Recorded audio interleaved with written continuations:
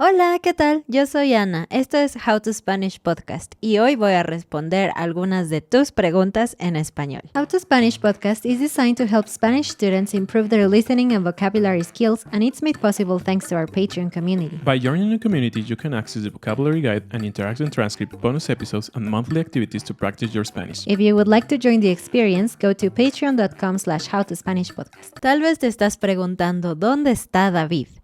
Bueno, pues David está enfermo esta semana, él tiene COVID, entonces por eso no podemos estar grabando en la misma habitación y pues por temas de logística es complicado grabar en dos lugares diferentes, así que esta vez solamente voy a estar yo en el episodio. Muchas gracias a todos los que le han mandado a David mensajes de que esperan que se recupere pronto. Él está muy bien, la verdad es que no está enfermo muy gravemente, pero aún así pues tenemos que estar separados. Y también gracias a todos los que en Instagram, en YouTube y en la comunidad de Discord compartieron conmigo algunas de sus preguntas de español para que yo pueda ayudarles en este episodio a entender un poquito más sobre este idioma mío que me encanta. La primera pregunta nos las hizo Sam y él dice, ¿el español realmente es muy difícil? Y bueno, aquí estoy segura de que tú, estudiante de español, puedes responder de acuerdo a tu propia experiencia. Esta es una pregunta que no tiene una respuesta sencilla, porque depende mucho de cuál es tu idioma materno, de cómo aprendes y, muy importante, cómo te enseñan, si el español va a ser muy difícil para ti o solamente difícil normal o si va a ser fácil. Hay muchos factores que podrían determinar si va a ser fácil o difícil para ti.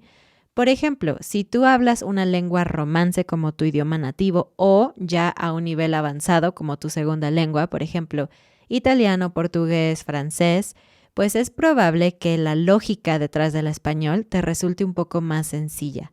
Yo creo que si algo es difícil o no en el español, no solamente tiene que ver con que el español tiene conjugaciones o que hay género femenino y masculino, sino en tu, digamos, barrera mental. Por ejemplo, cuando yo estaba aprendiendo mandarín, yo tenía una barrera mental más grande de la que tuve cuando estaba aprendiendo francés.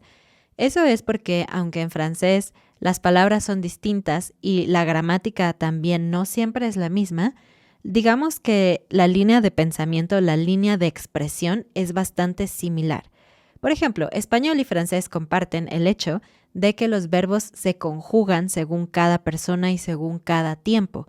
Entonces, esa ya no era una barrera para mí, era como, ok, claro, no necesito pensar demasiado en esto, simplemente lo doy por hecho y sé que así funciona y listo. Pero cuando estudiaba mandarín, y me di cuenta de que realmente no hay conjugaciones por cada persona y por cada tiempo, sino que el tiempo, el pasado, el futuro, se expresa de forma diferente con otras palabras en la oración. Esa sí fue una barrera mental para mí. Y el mandarín se volvió más complicado porque no solamente tenía que aprender las palabras, sino tenía que luchar contra lo que es natural según mi cerebro al expresarse.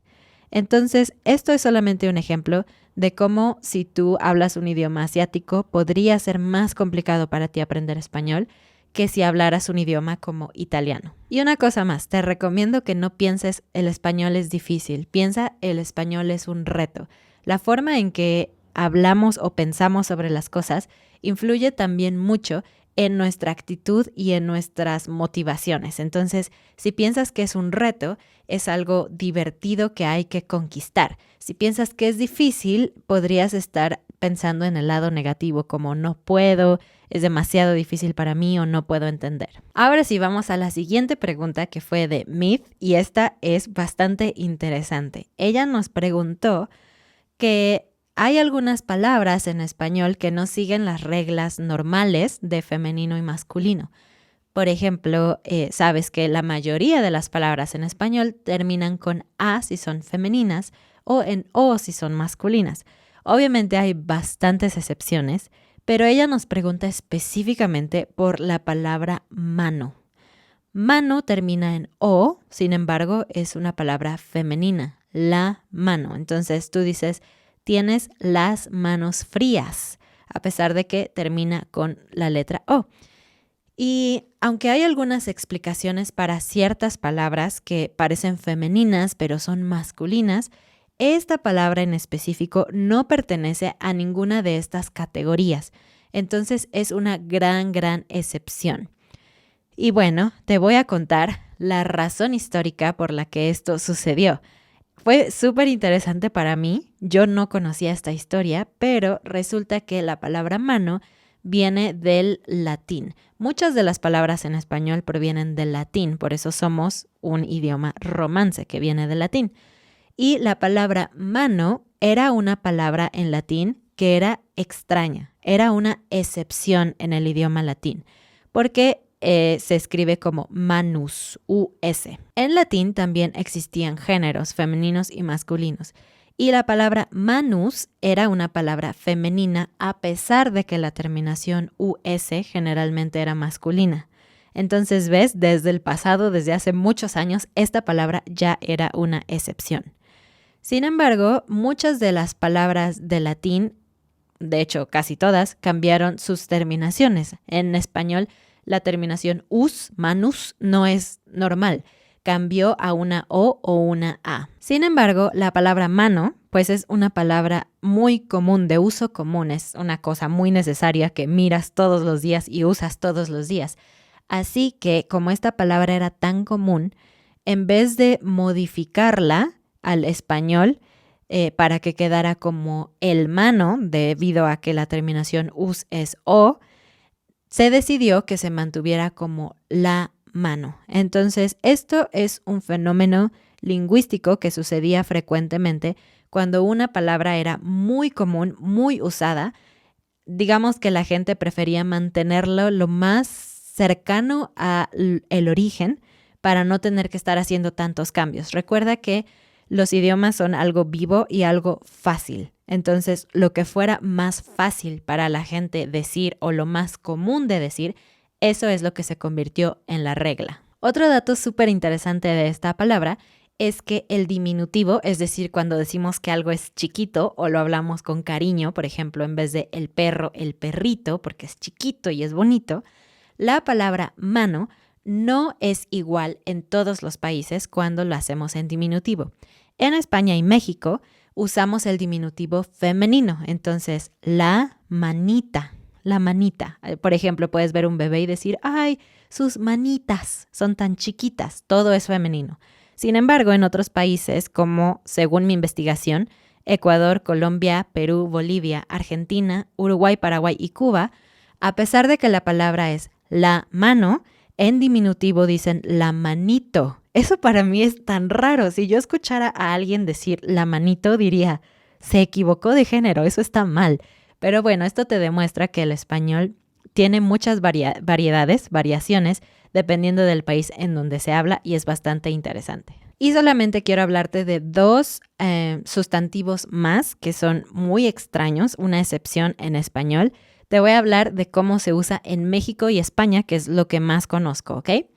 La palabra la moto es un diminutivo, más bien una abreviación de la palabra la motocicleta. Este vehículo que hace mucho ruido, que por cierto no me gusta, la motocicleta, decimos la moto porque es más chiquito. Sin embargo, es obviamente una palabra femenina. Cuando decimos un diminutivo, la palabra moto cambia a masculino. Entonces, la motito. Si usaras la palabra normal, motocicleta, tendrías que decir la motocicletita, pero nadie dice eso. Lo más común es decir la moto, por lo tanto, la motito termina en O, pero sigue siendo una palabra femenina. Por ejemplo, la motito roja, ¿ok? Otra palabra sí es la foto, que es la abreviación de la fotografía. La mayoría de la gente dice la foto, termina en O, por lo tanto es la fotito.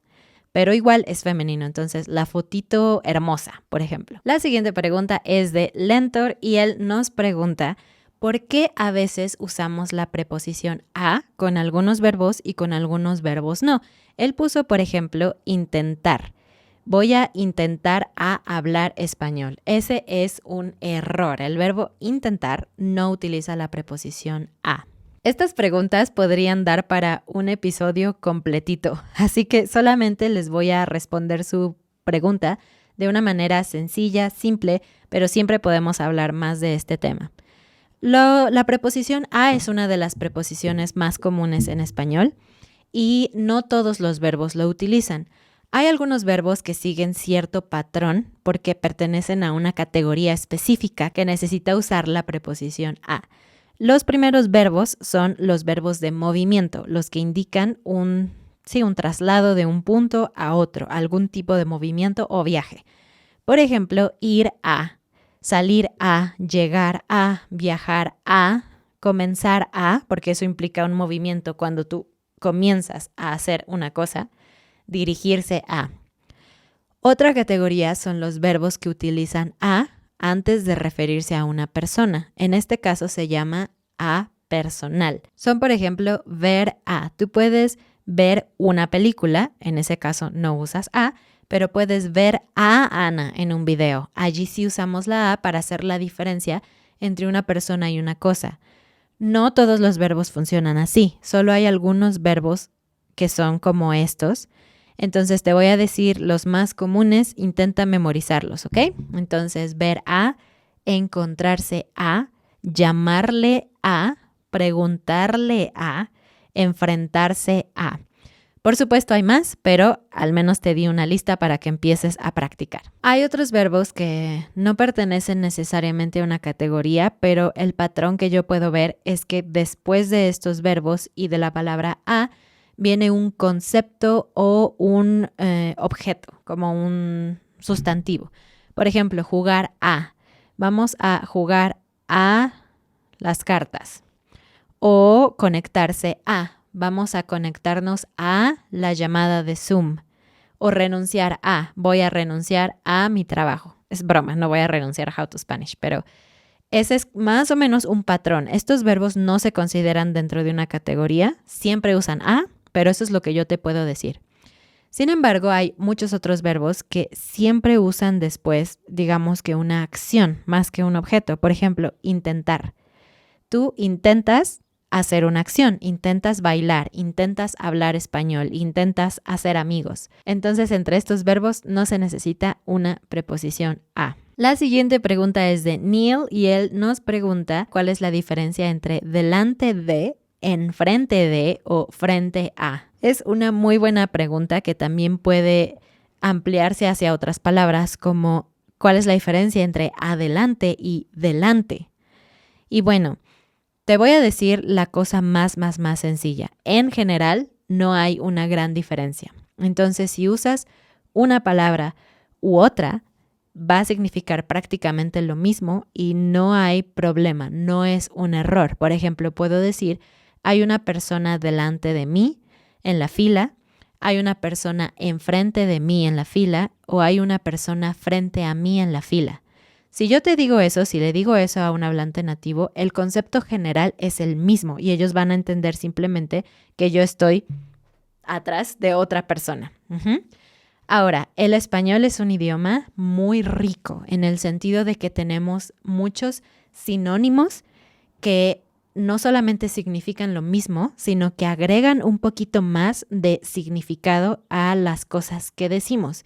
Eso pasa también con el subjuntivo, por ejemplo. Un ejemplo muy simple es el verbo querer y amar. Puedes usar los dos, pero hay un nivel de amor más fuerte entre una palabra o la otra. Entonces, volviendo a la pregunta de Neil, generalmente la diferencia es que cuando usas ya sea enfrente de o frente a, estas dos palabras contienen la palabra frente. ¿Qué es frente? Frente es esta parte frontal de tu cabeza, lo que está arriba de tus ojos y tu nariz, eso es la frente.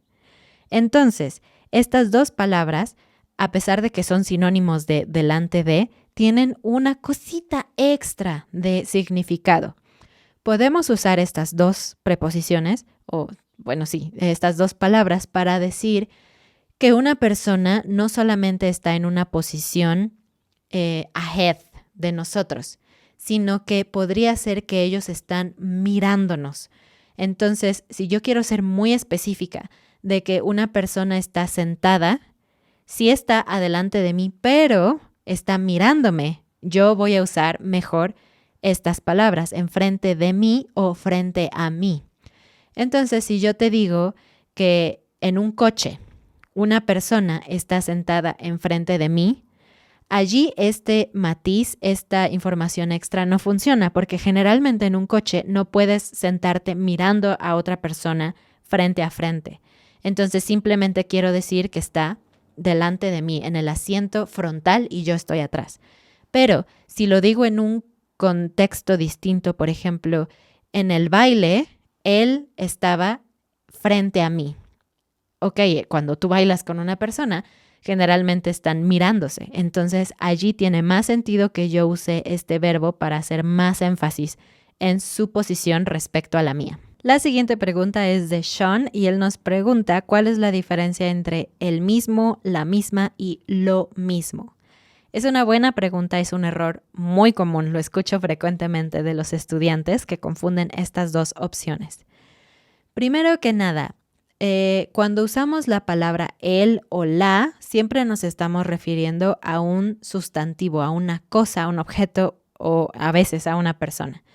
Entonces, cuando usas esto es porque en tu mente estás pensando en un objeto, una cosa, una persona. Por ejemplo, yo podría decir el mismo perro o la misma silla. Si yo estoy en una tienda y mi amigo me dice, mira, quiero comprarme esta playera. La playera es femenina. Yo le puedo decir, yo tengo la misma. Usé esto porque él se está refiriendo a un objeto femenino, muy claramente, muy específicamente es ese objeto. Entonces yo necesito usar la misma, si quiero decir the same. Si una persona dijera, ¿cuál es la diferencia entre Christopher Columbus y Cristóbal Colón? Es el mismo, porque estoy hablando de un hombre, el hombre. Si no sabes, es el nombre en español de Christopher Columbus es Cristóbal Colón. Entonces, en este ejemplo puedo decir, es el mismo. Ahora, cuando usamos lo en español, muchas veces estamos usándolo cuando hablamos de un concepto, no de un objeto o un sustantivo.